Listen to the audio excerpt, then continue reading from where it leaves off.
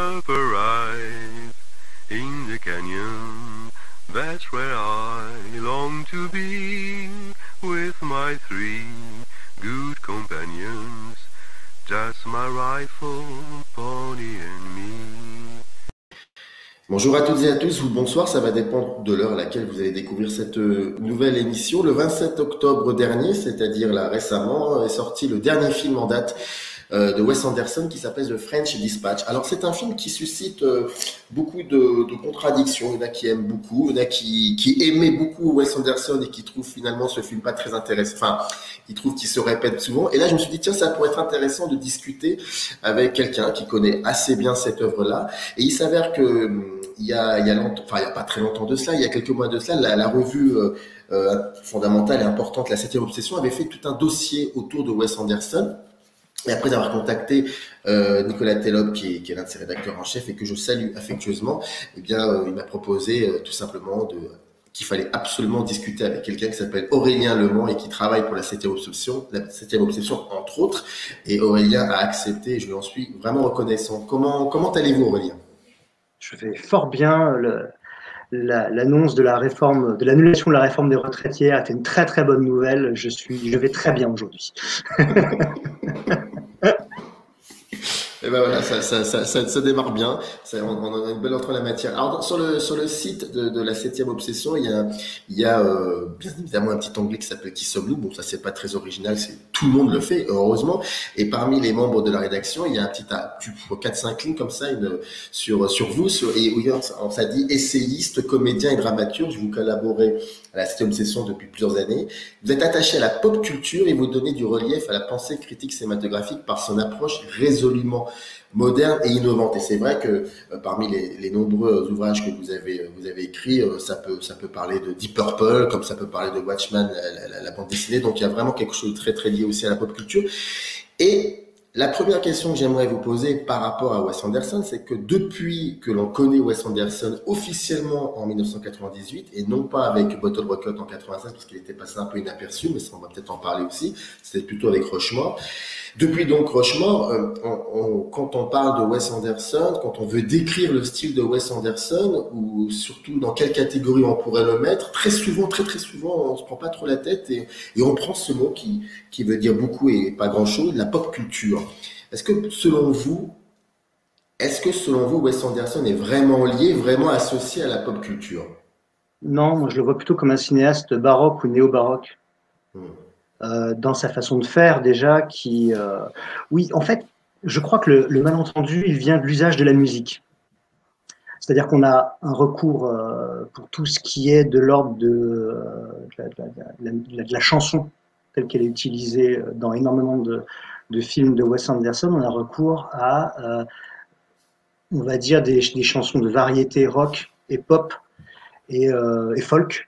Et cela crée, à mon avis, le malentendu, alors que par ailleurs, on a un indice musical dans la plupart de ces films, même quand ils changent de compositeur attitré en cours de route, qui est donc le clin d'œil à une musique baroque avec un usage de clavecin, de différents instruments et surtout une manière de composer à la fois d'un point de vue harmonique et rythmique qui rappelle les grandes heures de la musique baroque.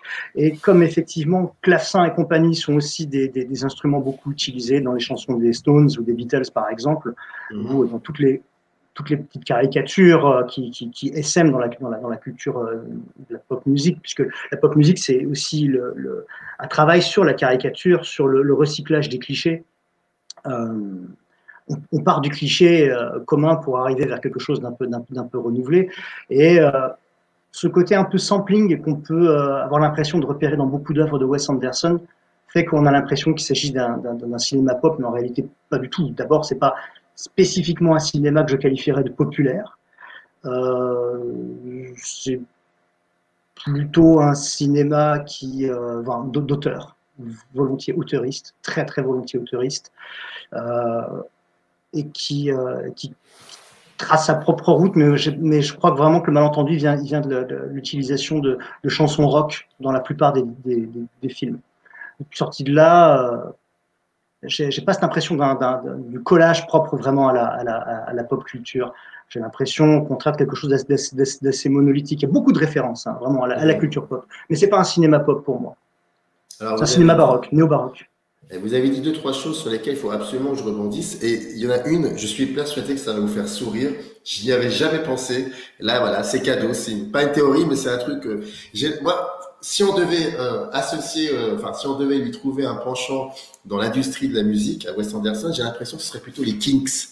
Et dont un album particulier qui est Village Green Preservation Society. Parce que les Kinks, on leur a je crois que faut quand même que j'explique parce que bon, vous comprenez ce que je veux dire, mais il y a quelques-uns qui connaissent peut-être pas les Kinks, c'est dommage. Il faut absolument que vous arrêtiez de nous écouter, que vous allez écouter les Kinks parce que c'est important. Mais voilà, il y a cette idée d'entre-soi entre le modernisme et plutôt une espèce de baroquisme un peu conservateur. C'est ce que les Who avaient reproché aux Kinks à l'époque, d'être un peu trop conservateur. Mais je sais pas pourquoi j'ai cette impression-là. Voilà, je ne sais pas, j'ai pas eu le temps d'approfondir, mais vous me parliez des Beatles, de musique, et tout de suite j'ai pensé aux Kinks et à cet album en particulier. C'est comme ça, je sais pas. Disons que là aussi, ce qui crée du malentendu, mais qui en même temps est une véritable passerelle vers plus la pop music que la pop culture en réalité, même si bien sûr les deux sont liés, comme le pop art, qui est une autre forme d'expression de la pop, c'est ce côté concept. C'est-à-dire qu'on a, c'est ce que je dis d'ailleurs dans un article consacré à la famille Tenenbaum dans la 7e Obsession, dans leur série dont vous parliez tout à l'heure, il est manifeste que les films de Wes Anderson, je dirais tous les films, sont moins proches de l'opéra rock, on va dire, avec un début, milieu, fin, que de l'album concept. C'est-à-dire que on est à la lisière du psychédélisme, on est dans une progression, et je reprends ce terme en pensant au rock progressif, hein, dans quelque chose qui est à la fois très très très construit, très minutieux, avec des ruptures de ton, des ruptures de rythme, mais surtout où même si des motifs reviennent constamment, à la fois au sein d'un film comme au sein de l'œuvre en général, on est dans une énergie qui n'est pas celle du sens. On n'est pas dans quelque chose qui nous raconterait vraiment une histoire. On a un déroulement. Et dans ce sens, il me semble qu'on est plus proche de l'album concept que vraiment on n'est pas en train de raconter une histoire, on est en train de vivre une expérience. Et c'est en cela qu'il y a quelque chose qui me semble très très proche d'albums, même de Pink Floyd à la limite, même si c'est musicalement pas du tout le même univers. Vous parliez des Kinks, il y a effectivement quelque chose qui est de l'ordre de la référence sociale, de l'histoire, mais en même temps, chez les Kinks, il y a pas non plus, c'est pas exactement de l'opéra rock. Il y a vraiment aussi cette idée qu'en cours de route, on va bifurquer, y compris au sein d'un morceau, d'un point de vue strictement musicalement, d'un point de vue harmonique, et qu'on va partir dans plein de directions. Et alors, ce serait, pardonnez-moi, vous avez interrompu rien, ce serait alors Arthur. Ce serait plutôt l'album Arthur, alors à ce moment-là, plutôt. Ouais, moi je trouve que ça marche bien aussi. Mais en fait, je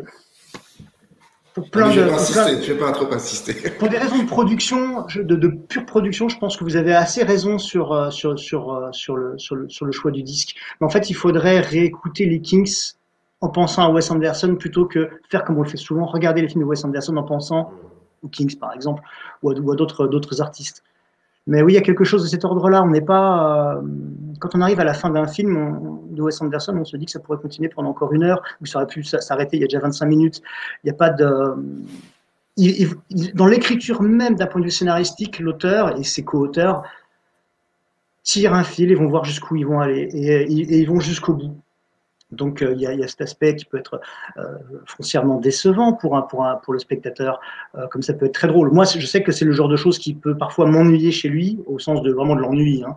Ça ne m'emmerde pas, ça ne pose pas de problème, ça m'ennuie. Mais aussi parfois, je trouve ça délicieux, je trouve ça, c'est ce qui me donne envie de suivre, de me perdre dans cette espèce d'ambiance qui ne dit pas son nom, qui est chamarrée, qui part dans toutes les directions, qui fait exprès d'être plombante par moments, mais comme l'existence. Et ça, je trouve ça très, très agréable dans ce cinéma de me sentir pas du tout guidé, en fait. Il y a une route, et je marche sur cette route, et je vais bien voir ce qui va se passer. Et c'est comme ça, à mon avis, que Wes Anderson écrit. On peut prendre ça pour de la paresse, Moi, ce que je dis dans mon article, c'est que c'est peut-être finalement un pari aussi, celui que le spectateur va faire sa part du travail. Il va abattre sa part du travail pour essayer justement de faire quelque chose de cette œuvre au sein de sa propre vie, de spectateur. Il y a une séquence dans la vie aquatique, c'est pratiquement au début du film, c'est quand Zizou apprend qu'il est père. Et il l'apprend de la bouche de son propre fils, joué par Owen Wilson. Voilà, Owen Wilson. C'est un très beau moment d'ailleurs. Et donc il est là, ils se retrouvent tous les deux. Dans ce bateau, il y a du monde, c'est la fête. Et il lui annonce. Alors bien évidemment avec le style de Wes Anderson, donc on va en parler juste après. Mais ce qui est assez incroyable, c'est que le style finit par s'esquiver finalement, et on ne retient que deux personnages qui sont en train de se dire quelque chose qui peut arriver à n'importe qui d'entre nous. Et que fait à ce moment-là Anderson quand Zizou apprend qu'il est papa? Il y a une rupture, il lui dit 2 secondes, il s'en va et on le suit. Il y a cette caméra qui est aussi un travelling latéral, puis il y a cette musique qui commence à arriver progressivement, et en fait il va jusqu'au bout du bateau et puis il s'allume une cigarette. Et je trouve que c'est extraordinairement, je trouve que c'est, si on devait décrire, selon moi, si on devait décrire qu'est-ce qu'un film de Wes Anderson, je pense que ça serait ça, à ce moment-là. C'est cette séquence-là. C'est-à-dire que il a une manière très, très douce et très calme de casser un rythme d'un instant qui est extrêmement violent. Pas moralement, mais de recevoir cette nouvelle, c'est quand même assez violent. Parce que ça remet en cause plein de choses. Et d'ailleurs, le film parle de ça. Le film parle de quelqu'un qui se remet en cause sur plein de choses. C'est extrêmement violent, mais il a une capacité qui lui est due, je sais pas comment il fait, de briser ce rythme et de le rendre très doux, très apaisé, en utilisant des subterfuges techniques, hein, un travelling latéral, voire même un léger ralenti, si je me souviens bien. Non, c'est ça, c'est tout à fait ça. Et il fume sa cigarette. Et là, il coupe le plan et il y a un plan rapproché où on le voit fumer sa cigarette. Et j'ai l'impression que là, il y a quelque chose de fascinant chez Anderson et qu'on retrouve très souvent. Et c'est ce qui fait que c'est un cinéaste, selon moi, qui est un cinéaste qui n'est pas c'est pas si innocent que cela. C'est un peu comme les films de Jacques Demy. Quand on commence à les questionner réellement, on s'aperçoit que c'est extrêmement violent, des thématiques horribles, des mots de la société, c'est pas gentil, quoi. Voilà, pour être très sommaire, c'est pas gentil. Je sais pas ce que vous en pensez de ce moment-là. Je suis assez d'accord avec vous. Il y a une utilisation, il y a un recours de Wes Anderson au silence dans le dialogue pour faire passer énormément de choses, de l'ambiguïté, bien sûr. L'ambiguïté est indispensable en art pour justement pouvoir aussi se poser la question. Moi, ce que je reproche à un certain cinéma français, c'est pas forcément d'être bavard, parce que si on dit beaucoup de choses et que ces choses sont intéressantes, elles sont bienvenues, évidemment. Ce que je peux reprocher, c'est un dialogue qui soit explicatif, qui soit en redondance avec ce que nous dit l'image. Ce qui est magnifique avec cette séquence dont vous parlez de la vie aquatique, c'est que Steve Zissou, il reçoit cette information qui est effectivement émotionnellement très violente, et on ne sait pas exactement ce qu'il en pense. Il y a beaucoup d'ambiguïté, mais en tout cas, ce qui est sûr, c'est que il y a une forme de joie et de plaisir, mais il ne l'exprime que dans cette fumée de cigarette. Mais je vais prendre un autre exemple qui lui aussi passe par, non pas exactement du silence. Wes Anderson triche, c'est quelqu'un qui triche beaucoup dans ses films. Moi, j'aime beaucoup la tricherie quand elle est annoncée, quand elle est évidente. C'est dans Rushmore, ce moment où le personnage interprété par Jason Schwartzman, donc comment s'appelle-t-il, Max Fisher, va annoncer à la femme de Herman Bloom, jouée par, là encore, Bill Murray, que, par vengeance, hein, que son mari la trompe. Et nous, on a déjà cette information et on sait très bien qu'il va la lui donner. Et plutôt que soit de faire une ellipse, soit de faire dire au personnage de Max Fisher ce que tous les spectateurs savent déjà, il passe par je crois que ce sont des sirènes de police qui viennent couvrir la voix de Jason Schwartzman. On ne sait pas exactement comment il lui dit la chose. C'est très bref, il lui annonce quelque chose de violent, son mari la trompe. Elle reçoit l'information, elle dit rien, elle lui rend juste son sandwich au thon.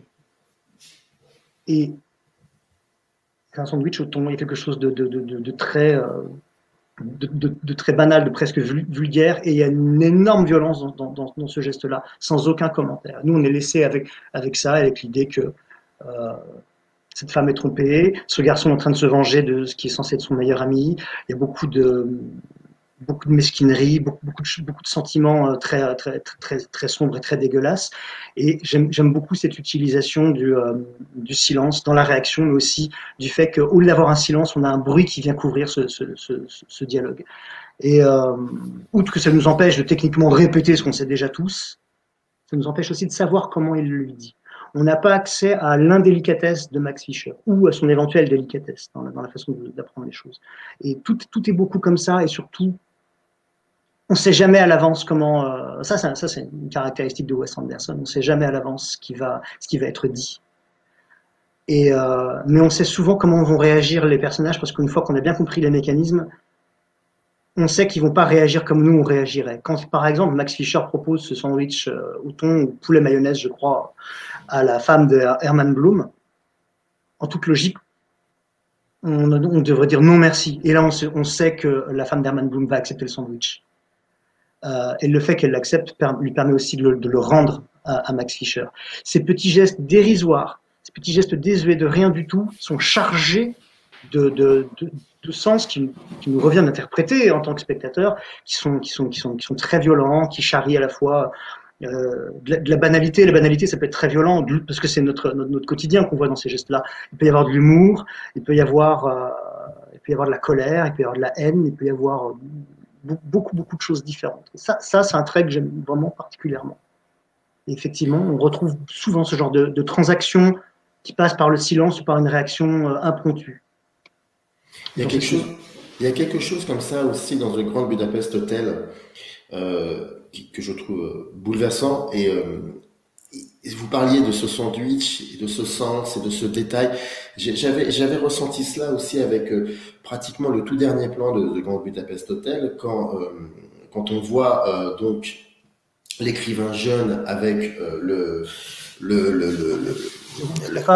voilà, Mustapha vieux, et ensuite on voit, si je me trompe pas, l'écrivain vieilli avec son petit-fils, et puis on voit cette jeune fille qu'on a vue au début du film avec la statue, avec cette musique extraordinaire, et puis le film se termine, il y a un plan, enfin un fond noir, et on voit que le film, si je me trompe pas, mais vous allez me contredire soit c'est librement inspiré des écrits de Stefan Zweig, ou soit c'est dédicacé à Stefan Zweig, je sais plus. Mais en tout cas, il y a le nom de cet écrivain. Et là, librement adapté de mémoire, librement adapté et il l'a redit en tournée promotionnelle autour du film. Eh bien, à ce moment-là, ce moment qui est très simple, il y a une sensation très forte et c'est très bouleversant mais ça, c'est aussi une espèce quand on connaît l'œuvre de cet écrivain, quand on connaît aussi son histoire.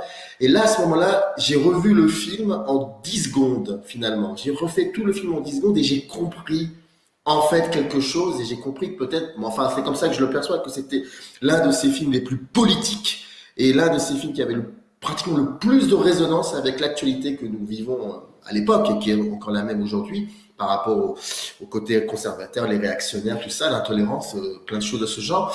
Et j'ai l'impression que rares sont les cinéastes de cette génération avec un seul mot, un seul geste de libérer quelque chose qui est lié au sens d'un film, d'une œuvre. Et finalement, pour le coup, de refermer le livre, comme on va parler aussi ça de son rapport à la littérature. Je sais pas comment vous l'expliquer, mais en tout cas, ce petit moment-là où je vois ce prénom et ce nom, qui est un prénom et nom d'un écrivain, et je connais son histoire, et là, je me dis que c'est très fort de la part d'Anderson, parce que c'est un détail très important, finalement. Ce n'est pas qu'un générique. Il y a quelque chose de très important dans ce moment-là. C'est qu'on a vu la vie, on a vu un film qui, comme vous l'avez dit, qui s'est déroulé devant nos yeux, et il y a un point final avec ce moment-là qui veut dire beaucoup de choses. Je ne l'avais pas vu comme ça. Je pense que vous avez raison. Néanmoins, je le dis sincèrement, hein, parce que le néanmoins, on a l'impression que par politesse, vous avez raison, mais si je me permets. Non, au contraire, c'est important qu'aussi il y ait des contradictions. Je trouve le cinéma de Wes Anderson, d'un point de vue formel, puissamment réactionnaire, pas conservateur, réactionnaire. et de plus en plus, alors je n'ai pas encore vu The French Dispatch, j'ai très envie de le voir parce que j'ai lu certes des choses très contradictoires à son sujet, mais finalement comme toujours, je me souviens, quand j'ai découvert La famille Tenenbaum, c'est le premier film que j'ai vu de lui en salle, j'ai vraiment énormément aimé, j'étais très ému, toutes les fibres de mon corps vibraient devant ce film, et ma compagne de l'époque, donc on est en 2001, 2002, elle trouvait ça vraiment, elle avait juste dit oui, je trouvais ça bizarre. Bon. Et il y a toujours des contradictions, au-delà même des controverses. Les controverses, c'est pas intéressant, mais les contradictions d'un spectateur à l'autre, c'est toujours très intéressant. Il me semble que Wes Anderson a toujours suscité de grands écarts entre les sensibilités, au point presque de trier parmi les spectateurs. Bon. J'irai voir évidemment ce film dès qu'il va passer chez moi, puisque j'habite dans une province assez reculée, et le film ne sortira que fin novembre. Pour la petite histoire, je devais le présenter en ciné-club en avant-première, mais j'ai été victime d'une grippe banale. J'ai donc pas pu présenter le film, donc je ne l'ai pas vu. En ce qui concerne cette fameuse réaction supposée, selon moi, de Wes Anderson dans son cinéma, en fait, j'ai l'impression, surtout avec le Grand Budapest Hotel, qui est un film que pour ma part j'ai détesté vraiment. Avec beaucoup d'intérêt, je regarde avec énormément d'intérêt, je reconnais des qualités fondamentales, formellement, c'est un puits sans fond d'inventivité symétrique. En fait, on est passé de quelqu'un qui avait des marottes à quelqu'un qui a des manies formelles.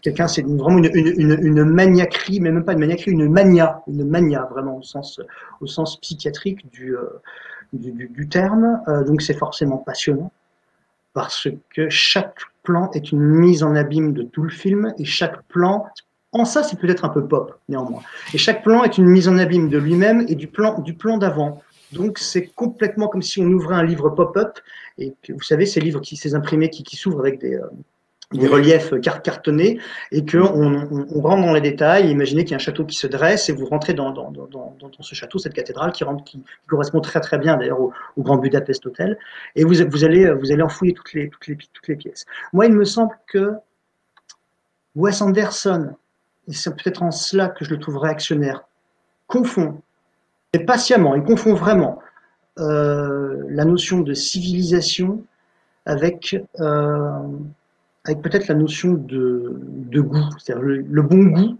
serait l'apanage de l'homme civilisé. Et moi, effectivement, je suis beaucoup plus punk par rapport à ça, en tant que spectateur, tout simplement.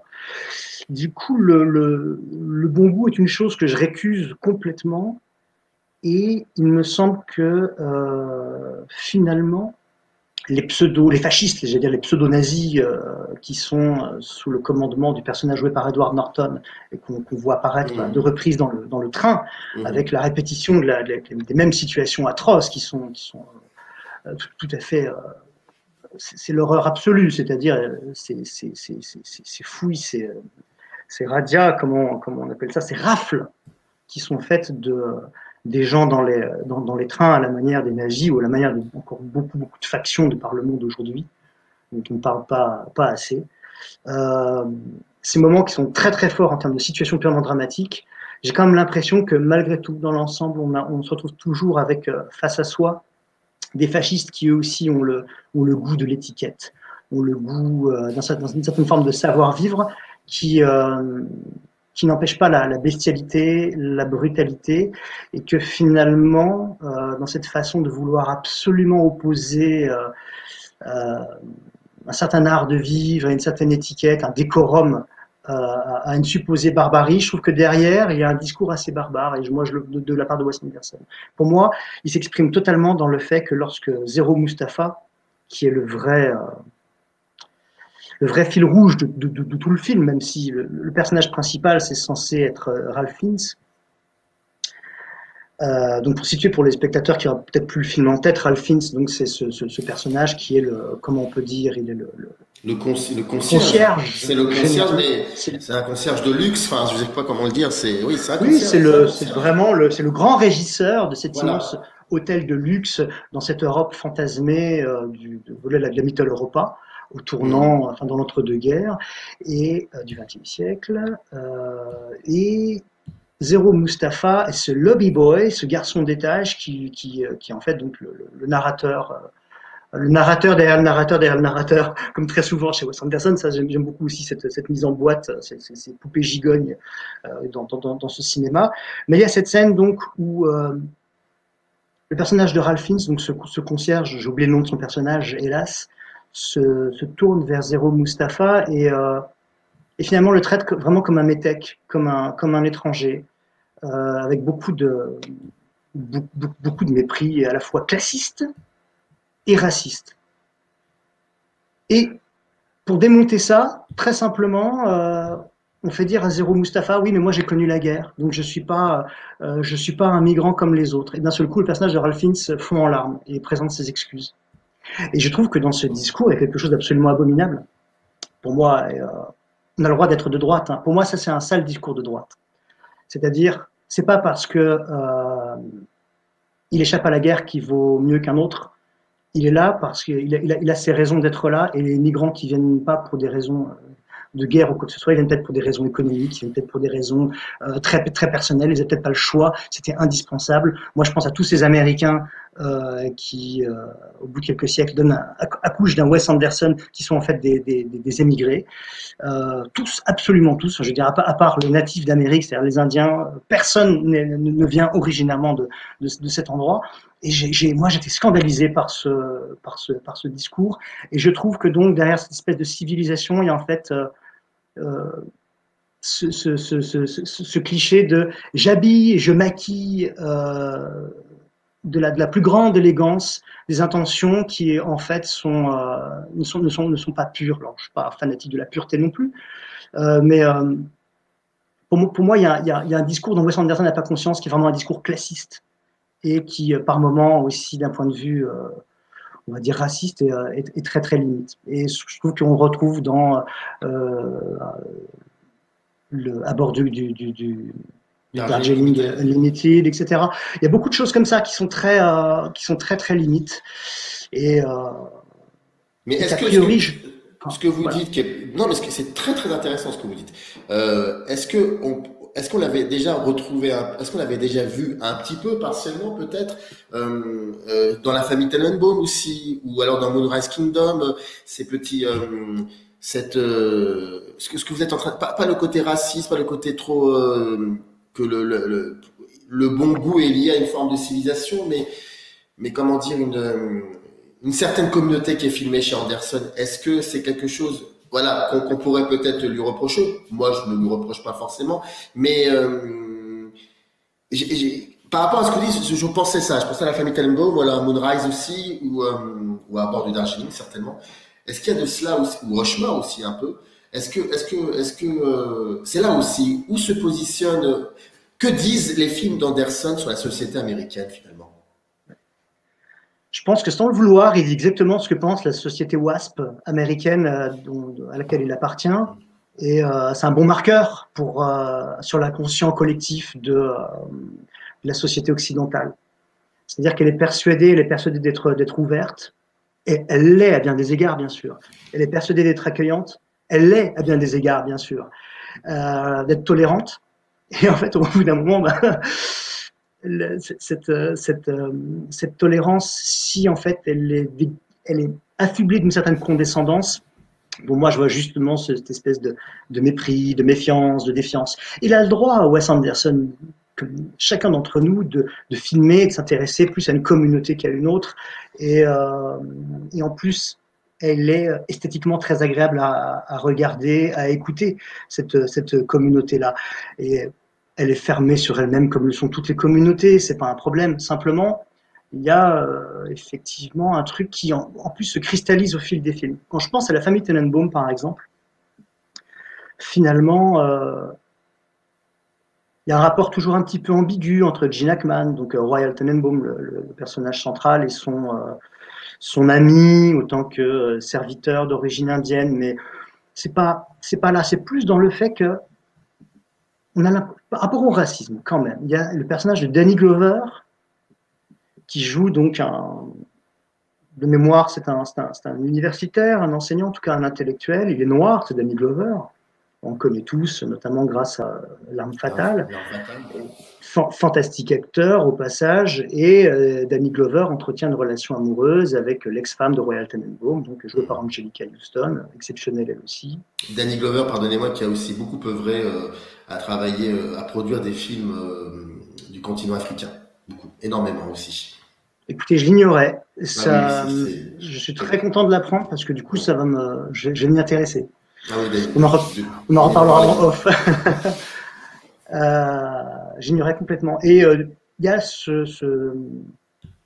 une façon, par la jalousie. La jalousie est une thématique phare chez Wes Anderson. Dans Rushmore, elle est le moteur total du film.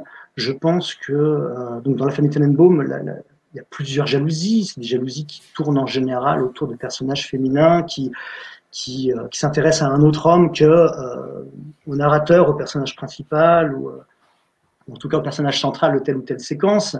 C'est le cas avec Rich Tenenbaum qui est amoureux de Margot, mais Margot, elle couche avec le personnage joué par Ned Wilson, etc.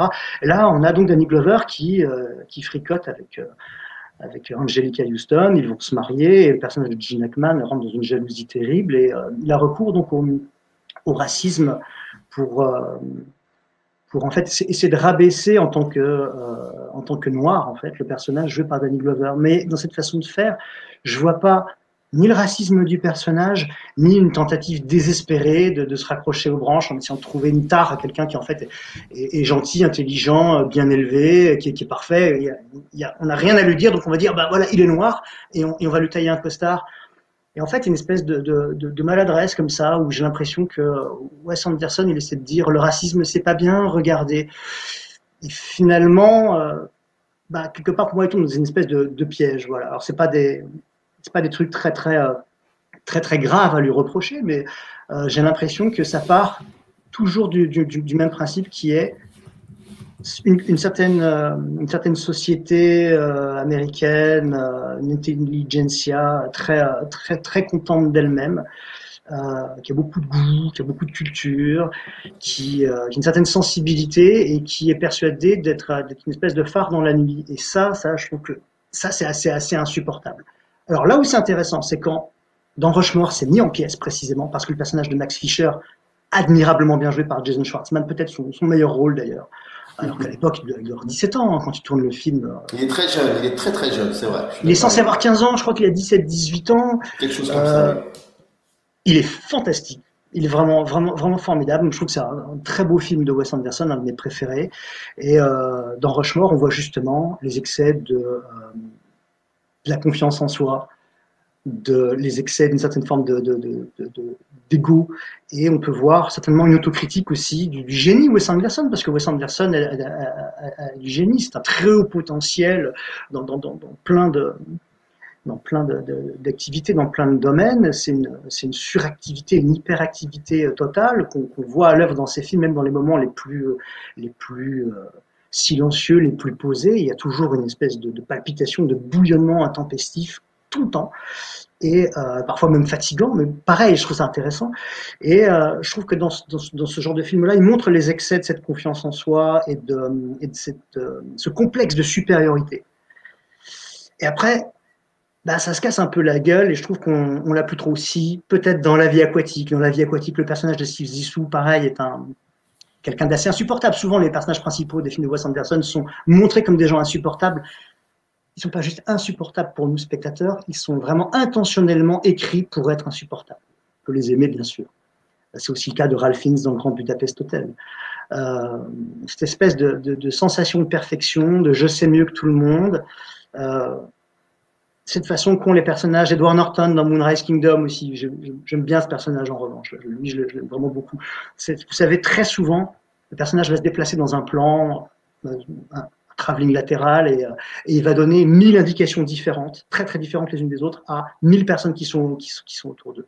Et c'est une espèce pour moi de parabole, de métaphore de Wes Anderson lui-même, qui va diriger une équipe où il y a énormément de comédiens, énormément de figurants, énormément de techniciens, énormément d'artistes partout, et qui va dire ah, tu penses bien à remonter la poutre ici, il faut apporter un sandwich au thon à Madame Machin, etc.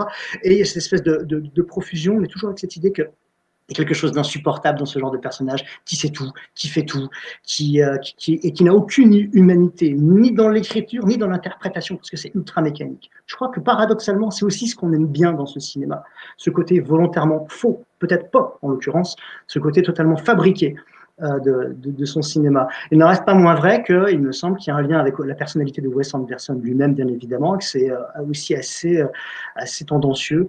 Et cette espèce de control freak, cette espèce de maîtrise recherchée absolument dans tout, qui étouffe un petit peu les autres personnages, le spectateur, et avec cette idée qu'il y a toujours quelqu'un qui a une ascendance ou qui cherche à avoir une ascendance sur les autres sans que ce soit forcément montré comme quelque chose de néfaste, sauf dans les premiers films. Et à partir de, je dirais peut-être, à bord du Darjeeling Limited, ça n'est plus critiqué. Le personnage de Owen Wilson, pour moi, est insupportable. Et c'est pas montré comme tel, c'est assumé comme étant quelque chose de bien, alors que je trouve que, justement, c'est un personnage qui, sans s'en rendre compte, est terriblement toxique, qui fait du mal à tout le monde.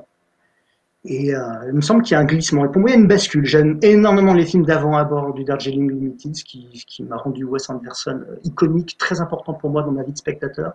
Et à partir du Darjeeling, il y a une cassure. On voit encore les qualités. Enfin. Mais comment vous pouvez expliquer le... Alors, j'ai une autre question après à vous poser par rapport... c'est une digression, mais c'est tellement passionnant ce que vous dites que je vais me la permettre, cette digression, par rapport au fait que quand vous parliez du... on va pas rester éternellement là-dessus, mais c'est passionnant, quand vous parliez de racisme, c'est pas bien, je me posais la question de savoir comment Anderson fait à un moment ou à un autre pour... intégrer dans sa communauté de films des gens qui ne sont pas forcément issus de cette communauté. Et je vais vous donner comme exemple, je vais prendre comme exemple un film qui n'a rien à voir avec... mais c'est Trois souvenirs de ma jeunesse d'Arnaud de Desplechin. Et Desplechin et Anderson sont très liés. Mais ça, je mets ça de côté.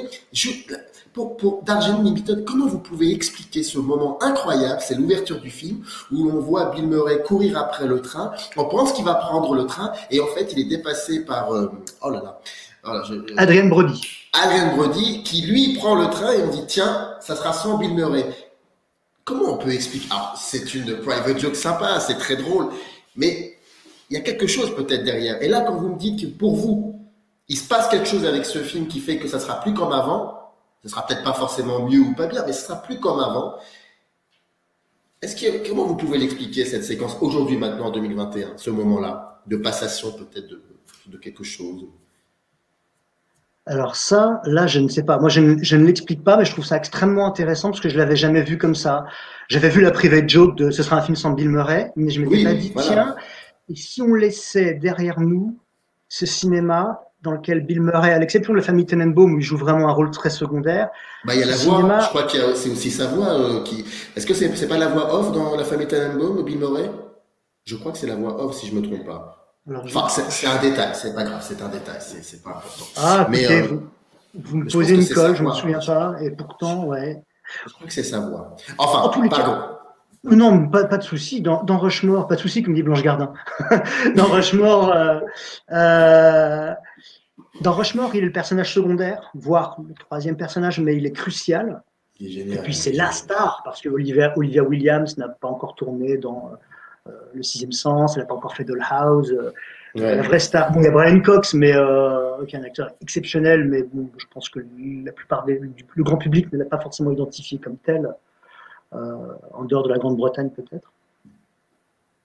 Il y a Bill Murray qui est là, qui est encore là dans La famille Tenenbaum, qui prend toute la place dans la vie aquatique, et puis effectivement qui est laissé sur ce quai, et on va partir avec 3 jeunes qui vont devenir des acteurs vraiment très importants du cinéma de Wes Anderson.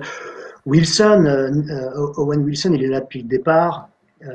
c'est le compagnon de jeunesse de Wes Anderson. Jason Schwartzman, c'est aussi un personnage très important. Adrien Brody fait sa première entrée dans cet univers, il sera dans dans presque tous les films. Et il y a effectivement peut-être l'abandon de quelque chose.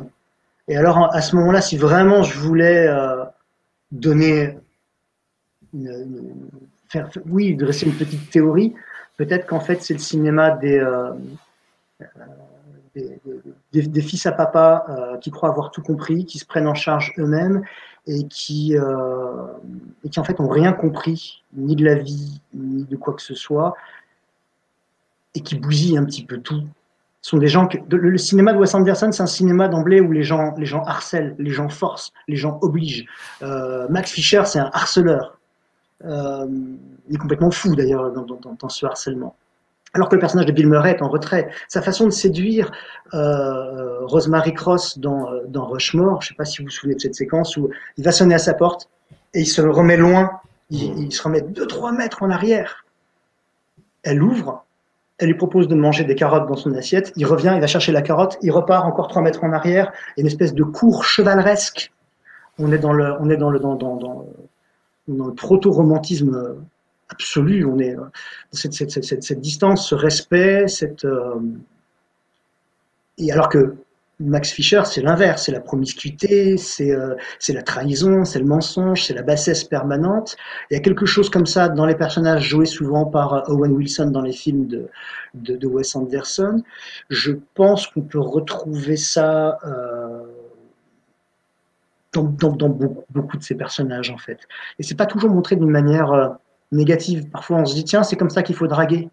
Tiens, c'est drôle. Tiens, il arrive à ses fins, c'est malin. Et en fait, il y a quelque chose aussi dans Fantastique Monsieur Renard, Fantastique Mr. Fox, où le personnage est évidemment un emberlificateur, comme on dit, un embrouilleur, puisque c'est un renard, et où c'est pas forcément, à aucun moment, c'est vraiment remis en question.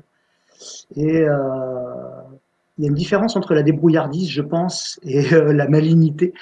Et chez Wes Anderson, cette différence, encore une fois, c'est intéressant qu'elle soit ambiguë, qu'elle soit floue, mais peut-être qu'il ne se rend pas compte lui-même qu'il y a quelque chose, il y a une espèce de violence de l'homme jeune qui croit posséder le monde et qui veut prendre possession du monde et qui en même temps va jouer à la victime. Et je prends une dernière phrase là-dedans que moi m'avait choqué dans Darjeeling Limited, quand, peut-être que je me trompe, mais mon interprétation est la suivante, quand le personnage de Jason Schwartzman, je ne me souviens plus comment s'appellent les frères, il y a Francis, Jack, je crois, qu'importe. Il a cette relation adultère avec une jeune femme indienne dans le train, qui après, elle va rompre avec son compagnon, qui est un autre indien. Et quand lui, il est largué du train avec ses frères par comment on appelle ça, ce chef de bord, il lui dit merci de m'avoir utilisé. Et il y a une ambiguïté là aussi, c'est merci d'avoir couché avec moi, merci de m'avoir considéré comme un jouet sexuel, j'avais envie de coucher avec toi. Il le dit, I want this girl, je veux cette fille. Il l'a eu, elle l'a eu aussi. Est-ce que c'est ça que ça veut dire, ou est-ce que ça veut aussi dire, malgré le fait que j'en ai bien profité, tu t'es servi de moi pour pouvoir rompre avec ton petit copain.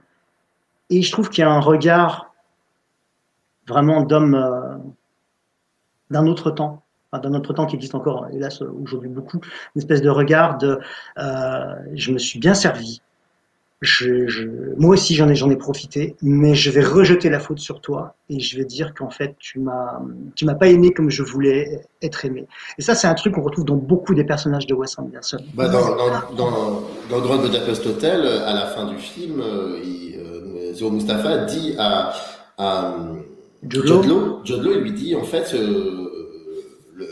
mon patron ne venait pas d'un autre monde. Le monde dans lequel il était déjà mort, ce monde. Il y a ce rapport aussi à ça. Oui, il n'y a pas cette idée dans le cinéma de Wes Anderson que l'avenir, aussi sombre soit-il, et il l'est, puisse être ponctuellement éclairé par de véritables humanités et par un chemin où justement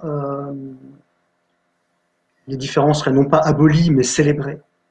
Là, il me semble que justement, c'est un cinéma qui ne célèbre pas les différences, il les montre et c'est tout.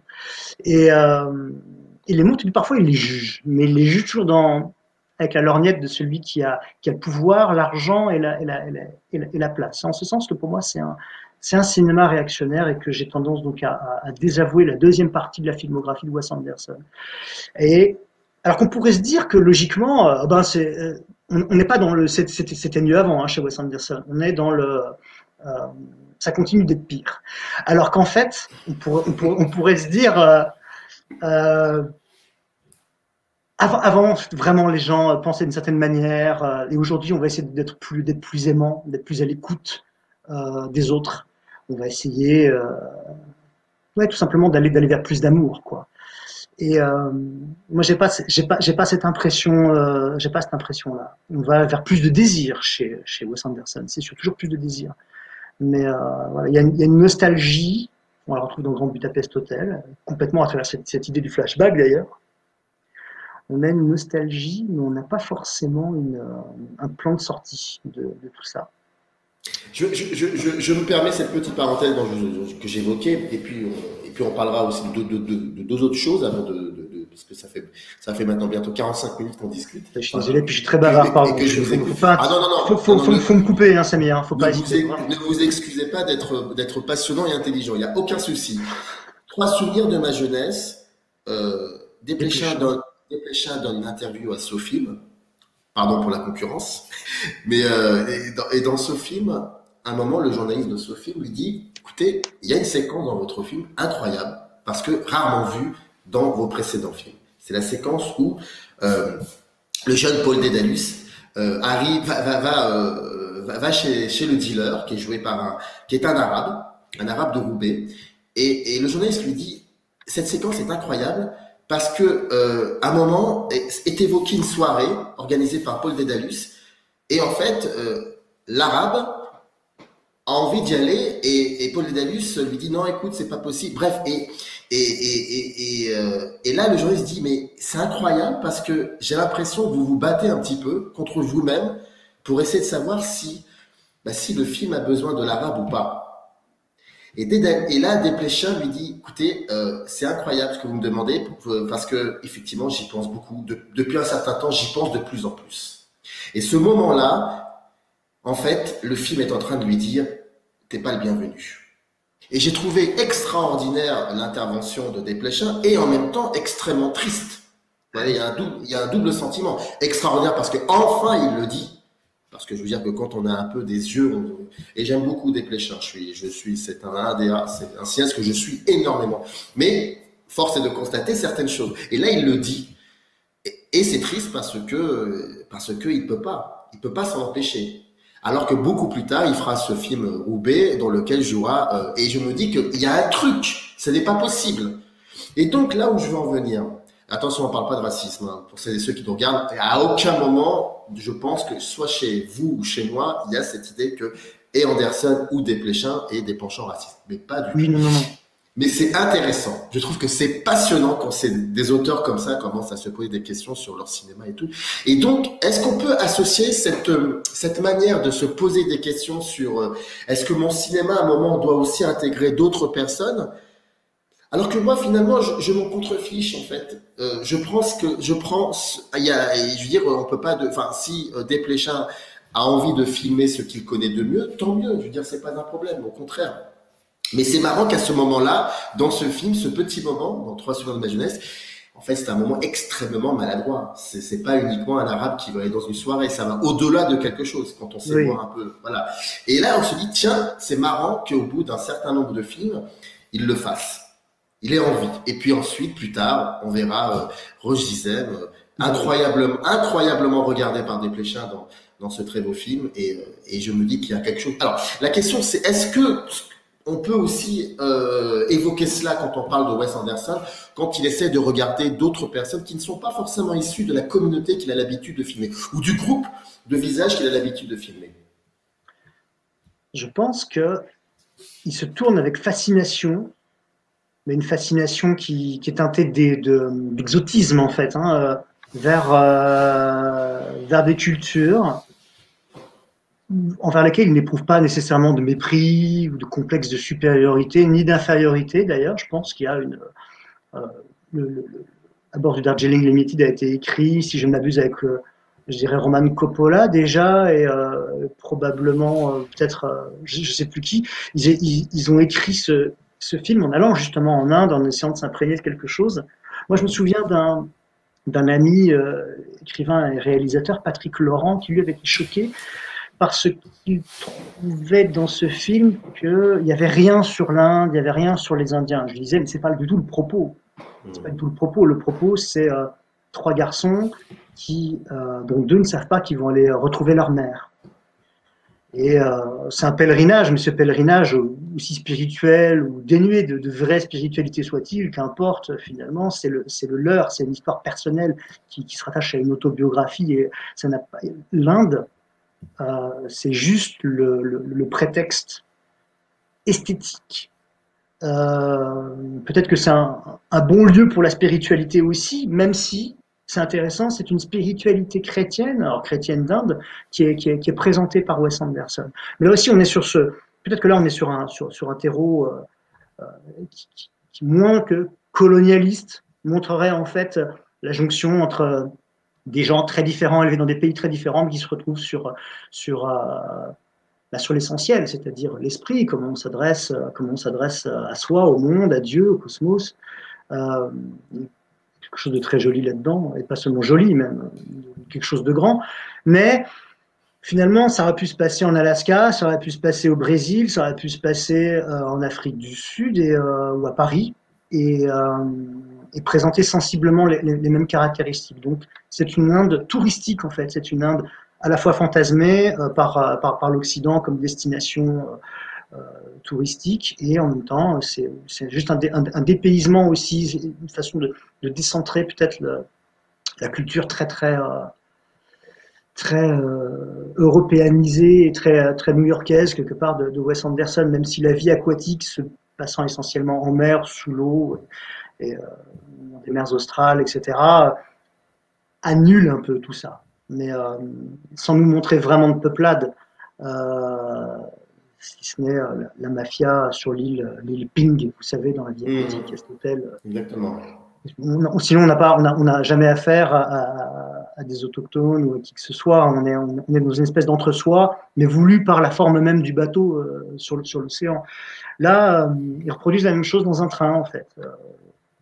Il y a énormément de populations différentes, et essentiellement, bien sûr, des Indiens, mais il y a très peu d'échanges, et c'est finalement, encore une fois, une histoire très familiale.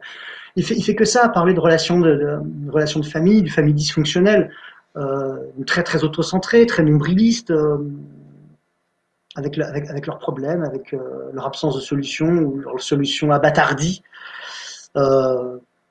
Donc, je sais pas, j'ai l'impression qu'il se pose pas tellement la question du regard, mais juste simplement de déplacer ces personnages dans des espaces autres. À un moment donné, on quitte la Nouvelle-Angleterre pour aller dans l'océan, puis après on va aller en Inde. Ensuite de ça, on va aller dans une espèce de Mitteleuropa romanesque qui n'existe pas. Oui, mais quand cette famille, elle est violentée par un requin jaune, par exemple, donc par l'autre, par quelque chose d'indescriptible, c'est très mystérieux. C'est un peu ce que Serge Daniel reprochait à Steven Spielberg dans Les Dents de la Mer, quand il lui dit au début du film, quelqu'un demande à un requin de venir punir ces jeunes qui auraient eu l'outrecuidance d'avoir des rapports sexuels.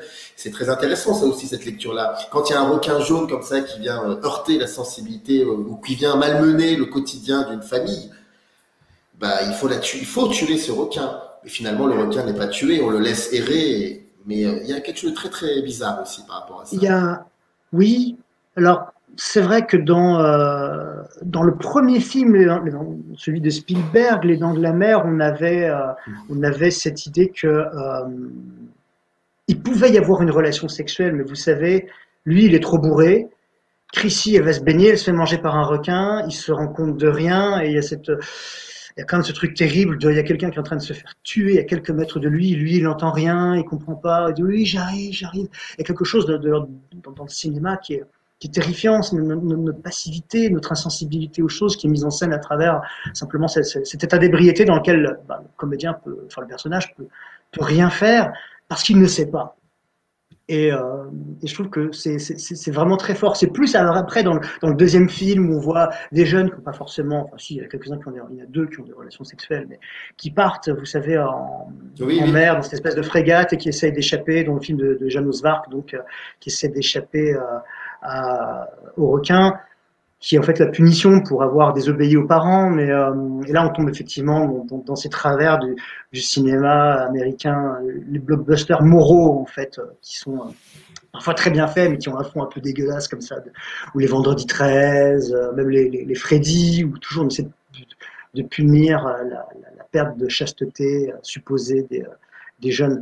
Mais là c'est encore différent parce que la seule personne qui se fait tuer par le requin jaguar, c'est un vieil homme. Et je pense qu'il meurt parce qu'avec Zissou, ils sont allés trop loin dans leur recherche, justement peut-être dans leur façon de défricher le monde et de vouloir lui faire perdre sa virginité, son innocence, sa sauvagerie première. Ah oui, mais bon là ça rejoint aussi, ça commence à rejoindre un peu le Spielberg avec ou Jeanne de Soir, qu'est-ce que vous dites? C'est ce côté... Ouais, je sais pas, le requin vient aux hommes dans les dents de la mer, tandis que ce sont les hommes qui viennent aux requins dans la vie aquatique. Une fois qu'ils le voient pour de vrai, qu'ils disent regardez, il existe, c'est suffisant. Il le laisse. Dans les dents de la mer, il faut que Martin Brody, donc Roy Scheider, prouve que le requin existe et c'est très très compliqué et finalement il pourra jamais vraiment le prouver. Il le tue et dans le deuxième, on va encore lui dire que ce requin n'existe pas parce que le requin revient. Là, le requin jaguar, tout le monde l'a vu ensemble. Ouais, et à partir du moment où tout le monde l'a vu, on dit ok, il existe, donc on peut le laisser vivre. Une espèce de rapport au spectacle, de rapport à la fascination. Alors, est-ce que Wes Anderson regarde les Indiens, par exemple, comme il regarde le requin jaguar? J'espère que non. J'espère vraiment que non. J'espère que... C'est terrible ce que vous dites. C'est terrible. On sait qu'il existe, on peut le laisser vivre. Enfin, c'est quand même. C'est surprenant d'avoir cette réflexion-là, je veux dire. Mais je pense que c'est ça. Pas vous, hein, je veux dire. Oui, bien sûr, oui. Je pense qu'il y a quelque chose de cet ordre-là. Après, là où c'est beau par rapport au requin jaguar, c'est cette idée que maintenant que je l'ai vu, j'ai apprécié à quel point il était magnifique. Et il est tellement magnifique que je n'ai pas d'autre choix que d'être émerveillé en tant que spectateur de ce film, cette vie, ce cosmos. Et donc je me rends compte que je suis un monstre et je vais arrêter d'être un monstre qui fait n'importe quoi avec les animaux. C'est un peu ce que faisait Cousteau. Cousteau, quand on regarde Le Monde du Silence, c'est assez épouvantable le traitement qui est réservé aux tortues du Galapagos ou les dauphins qui sont découpés par les turbines des hélices de la Calypso, et dont on va dire après là vraiment ce petit dauphin étourdi quand même, il aurait dû faire attention, alors qu'en fait si quelqu'un doit faire attention, c'est précisément celui qui amène la technologie quelque part, donc l'homme, donc Cousteau. Et cette condescendance envers le monde animal, elle était terrible.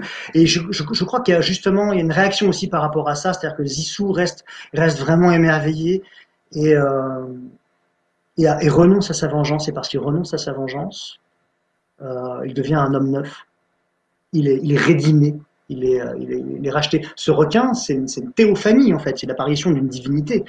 Donc je pense qu'effectivement, comme il ne regarde pas avec assez de bienveillance les personnages en général dans ces films, je ne pense pas que Wes Anderson effectivement traite le requin jaguar comme il va traiter les gens qui ne sont pas de sa communauté, qui ne sont pas endogènes à sa communauté d'origine culturelle. Ou voilà. Je pense que Wes Anderson, il a peut-être une espèce de condescendance vis-à-vis des gens, mais je ne crois vraiment pas qu'il s'en rende compte.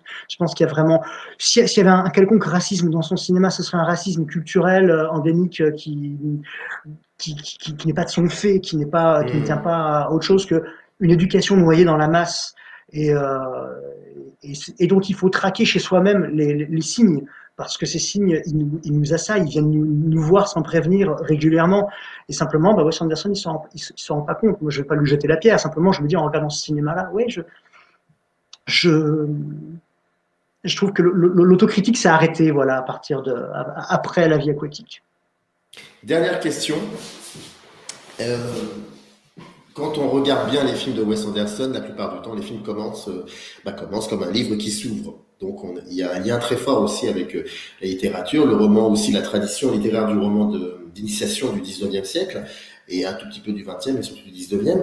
Mais la question est très très simple. Finalement, est-ce que Wes Anderson a réellement besoin du cinéma pour créer, pour parler, pour communiquer? Est-ce que vraiment il en a besoin de cet art-là? Pour le savoir, il faudrait qu'il se prenne à publier une bande dessinée ou un roman, ou peut-être même une pièce de théâtre, parce que le théâtre revient très souvent dans les en tout cas oui, non, un peu tout le cinéma. C'est un cinéma qui est très théâtral dans son aspect frontal, dans son aspect très scénique, même s'il a recours régulièrement à des travelling latéraux sublimes, dans lesquels il se passe mille choses. Et dans lesquels énormément de comédiens font énormément de choses différentes, qu'on a à peine le temps de voir. Ça, c'est quelque chose qui est même de l'ordre du tableau, en fait, aussi. Pas seulement le tableau au sens théâtral, mais le tableau au sens pictural. Des personnages sont là, et on doit deviner ce qu'ils sont en train de faire dans le court laps de temps qui nous est laissé pour les apprécier. Et je ne sais pas si demain, effectivement, il écrit une pièce de théâtre, comme peut le faire Max Fischer dans Rushmore, ou Margot Tenenbaum dans La famille Tenenbaum, si demain il écrit un roman, parce que ces films sont écrits aussi beaucoup, comme vous le disiez, comme des adaptations de romans qui n'existent pas, des biographies de personnages imaginaires. Oui, c'est très beau de sa part, c'est des biographies de personnages imaginaires dont on a l'impression qu'ils coexistent tous dans un même monde. Et Zéro Mustapha serait par exemple, donc, comment il s'appelle, cet acteur fabuleux, Salieri, Ethno Abraham. Voilà. Il est fantastique et ce type, il serait la charnière dans le Grand Budapest Hotel entre un ancien monde et un monde moderne. Il serait la rémanence le lien entre plusieurs époques qui me permettrait d'arriver à aujourd'hui. Moi, j'attends le moment où Wes Anderson va réaliser un film qui se passe dans le futur, science-fiction ou non, qu'importe. Il y a d'ailleurs des éléments de fantastique et de science-fiction dans beaucoup de ces films. La vie aquatique, bien entendu, mais dans une certaine mesure, je me dis, L'île aux chiens, enfin, ces films d'animation, etc. Et il y a une espèce d'uchronie dans son cinéma. Donc attendons de voir s'il va produire une œuvre littéraire. En tous les cas, c'est sûr que d'un point de vue technique, il est plus que brillant, il est génial jusqu'à la nausée. Grand Budapest Hotel, pour moi, il faudrait presque, quand vous le voyez au cinéma, c'est étouffant. Vous ne cessez de pénétrer une boîte dans une boîte, dans une boîte, dans une boîte, dans une boîte, et il n'y a pas de sortie, sauf quand le film est terminé. Voilà. Et ce qui est aussi une tentative d'enfermement du spectateur. Alors que je sentais une plus grande liberté, une plus grande vivacité, même si c'était plus classique aussi dans les premiers films. Bottle Rocket, évidemment. Ou même la vie aquatique dans laquelle la symétrie n'était pas maladive, n'était pas maniaque. Donc, est-ce qu'il a besoin absolument du cinéma? Je crois que oui, sinon il aurait vraiment, avec le talent qu'il a, il aurait fait autre chose. Vous voyez, moi je pense à un mec comme David Bowie. David Bowie, il a tâté de beaucoup d'arts différents, la peinture, la musique, le cinéma, le théâtre, l'édition, avec beaucoup de bonheur dans la plupart de ses tentatives. Malgré tout, c'est la musique par laquelle il s'est fait connaître, mais il a quand même fait beaucoup de choses différentes. Pour l'instant, à ma connaissance, Wes Anderson, il est quand même vraiment avant toute chose un cinéaste. En tout cas, vous êtes comme un film de Wes Anderson, on ne sait jamais quand est-ce que ça va se terminer et ça pourrait même durer éternellement et c'est passionnant. Non, voilà, je vais rigoler. Non, c'est vrai, ok, alors ça va. J'ai même envie de vous réinviter quand vous aurez vu The French Dispatch pour continuer à en parler parce que ça me fait vraiment, vraiment, vraiment plaisir. C'était pas avec joie, Samir, avec plaisir, vraiment. Et à aucun moment, je pensais qu'on allait parler de l'œuvre de Wes Anderson de la manière que vous en avez parlé, et c'était vraiment, vraiment passionnant. Merci beaucoup. C'est grâce à lui. C'est grâce à lui. Eh oui. C'est grâce à lui, effectivement. En tout cas, bien évidemment, dans le descriptif de cette vidéo, vous avez un lien qui renverra directement au site de la 7e Obsession. Et j'en profite au passage encore pour remercier Nicolas, qui grâce à lui, en tout cas, on a pu se rencontrer et dialoguer. Un grand merci Aurélien, c'était un plaisir. Et peut-être plus tard pour discuter du dernier film de Wes Anderson, The French Dispatch. Tout ce que vous voulez, Samir. Tout ce que vous voulez, si par Bonheur, j'ai quelque chose à en dire. Merci beaucoup, Aurélien, c'était très agréable. Merci beaucoup. Merci à vous, Samir. Au revoir. Au revoir, générique. Up arrive in the canyon, that's where I long to be, with my three good companions, just my